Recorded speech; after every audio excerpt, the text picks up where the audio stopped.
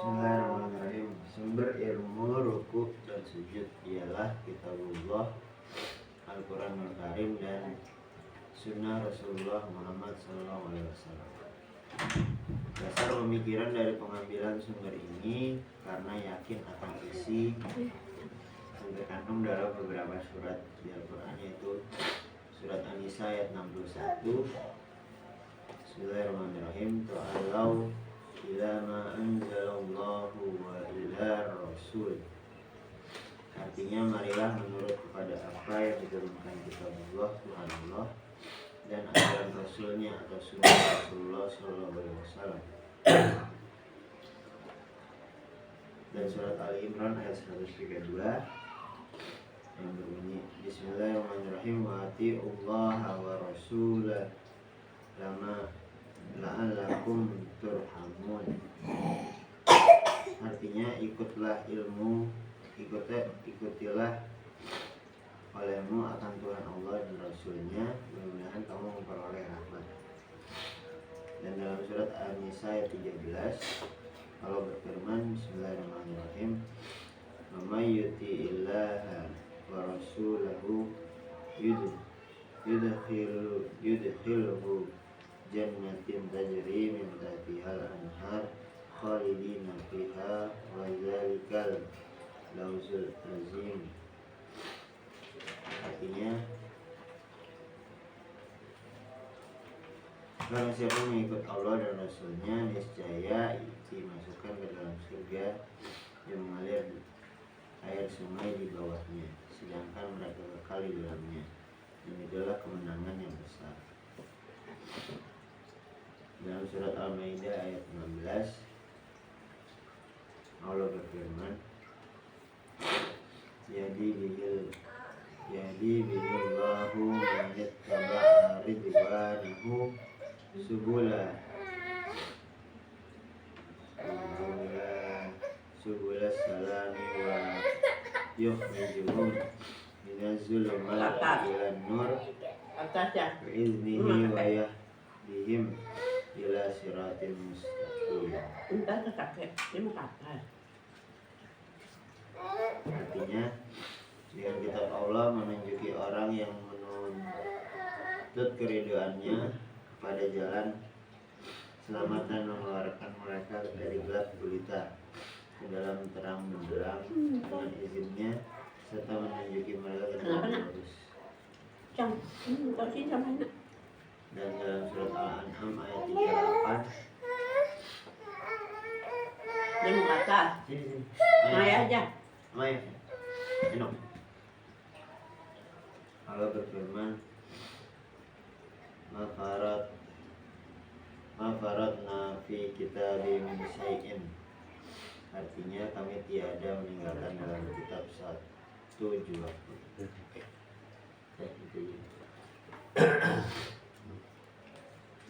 Pak, apanya? Simpulannya? Ya, buku ini disusun berdasarkan banyak sih, itu baru sebagian dari kutipan-kutipan yang ada di Al-Quran yang merujuk bahwa manusia itu harus mengetahui lebih informasi di dalam Al-Quran dan Rasul. Itu perintah dari Allah. Kitabullah dan aturan Rasulnya ke sunnah. Ini mau buat. Ini bajunya.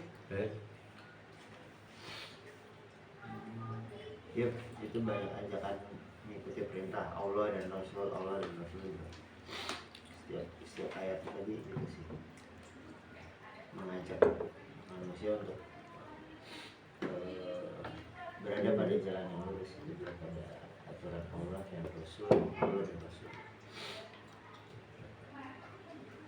Sekarang pertanyaannya, kenapa ada ruku, kenapa ada sujud? Ruku artinya apa? Sujud artinya? Ruku sujud karena Ya kalau kita kan ruku ini, ruku, sujud. Pemahamannya apa? Sebagai wujud manusia sebagai hamba. Jadi ruku artinya menyerah,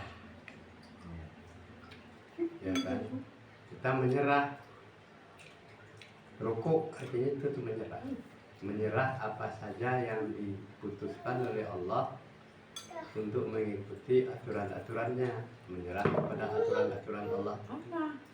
Di mana ada aturan-aturan Allah?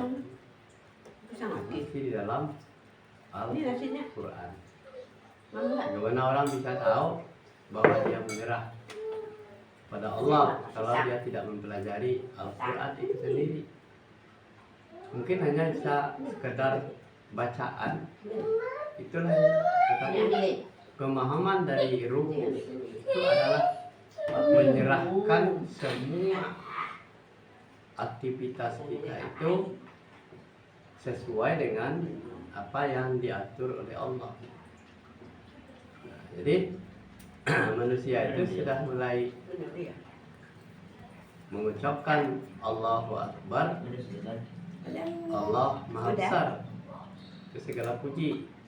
Kemudian di ruku, karena Allah itu memerintahkan apa yang harus dilakukan oleh manusia, apa yang tidak harus dilakukan. Nah, yang harus dilakukan dia menyerahkan kepada Allah, karena ini adalah aturan Allah, maka segala sesuatu itu diserahkan kepada Allah, bukan berarti maunya kita. Kemudian sujud itu pemahamannya adalah untuk pasrah, ya kan? Sudah menyerahkan, kita pasrah. Mau diapain, mau kita dijadikan seperti apa oleh Allah, tapi kita sudah mengikuti persyaratan yang tadi, pasrah. Mau diberikan ancaman, diberikan siksaan, itu terserah pada kita. Jadi kita melepaskan diri dari segala keinginan kita untuk hidup di dunia ini. Kenapa? Karena segala sesuatunya itu Allah yang punya kuasa. Manusia tidak ada sedikit pun untuk berkuasa untuk mempertahankan dirinya bahwa dia adalah baik. Tapi kita sujud kepada Allah karena segala sesuatu itu, karena ini aturannya Allah, ikutilah aturan Allah, itu namanya sujud. Jadi orang bersujud, ya kan, kalau di dalam bahasa Jawanya kan orang sungkem. Kenapa dia sungkem? Dia tidak akan menjadi manusia seperti sekarang ini kalau tidak ada dasarnya dari ibu bapak. Ya kan, nah, itu sungkem itu berarti segala sesuatu itu adalah akibat dari pendidikan dari orang tuanya. Nah, begitu juga kalau kita kepada Allah, ketika kita sujud kepada Allah itu karena mengikuti perintah, ya kan? Apa perintahnya? Ya kan? Ketika Allah menciptakan Adam alaihissalam, dia perintahkan kepada malaikat, ya, dan jin. Hai segala malaikat dan jin yang diciptakan oleh Allah. Jin itu lebih tua dari manusia. Saya akan menciptakan si Adam alaihissalam. Sujudlah kalian kepadanya. Jadi karena malaikat ini adalah sejenis makhluk yang taat dan patuh kepada Allah, maka dia tidak ada istilah alasan sedikit pun. Apa yang diperintahkan oleh Allah, dia sujud. Mau di mana, dari apa kek kejadiannya si Adam itu, dari tanah kek, dari apa, dari perut bumi kek, dari mana. Walaupun si malaikat itu diciptakan dari cahaya, sejenis jin, iblis itu diciptakan dari api, tapi dia tidak ada membawakan dirinya kesombongannya itu.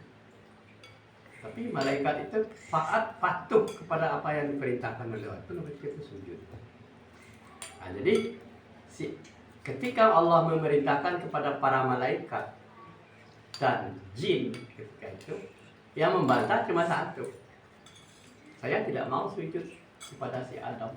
Adam itu diciptakan dari tanah, sedangkan saya diciptakan dari api. Sudah itu sudah membangkang si jin ini. Nah, jadi kalau gitu kata Allah, iya, tidak apa-apa kamu tidak ikut perintah saya, tetapi tempat kamu di neraka.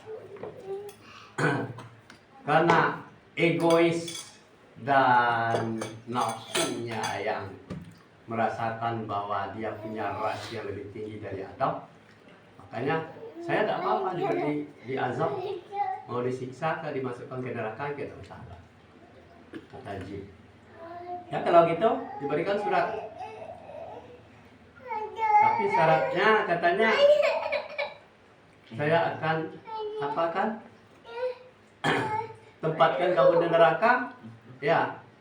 Tapi izinkan saya untuk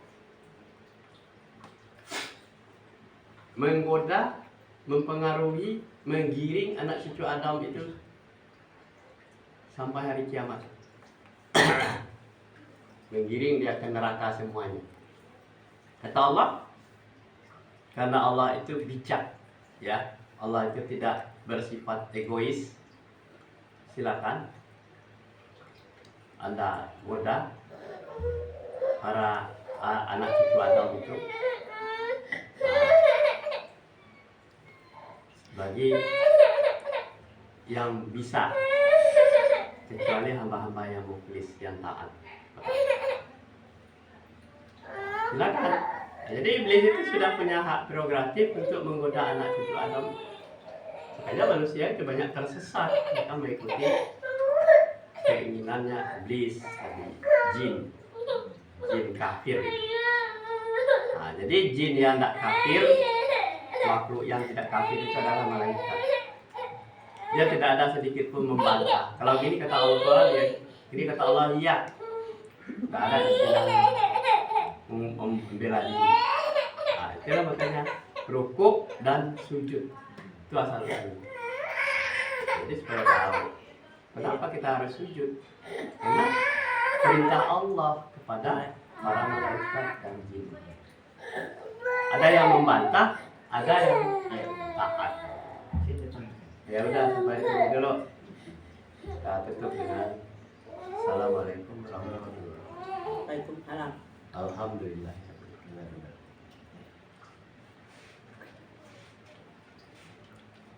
Kemana lagi ya? Ganteng nenek. Endong-endong. Sudah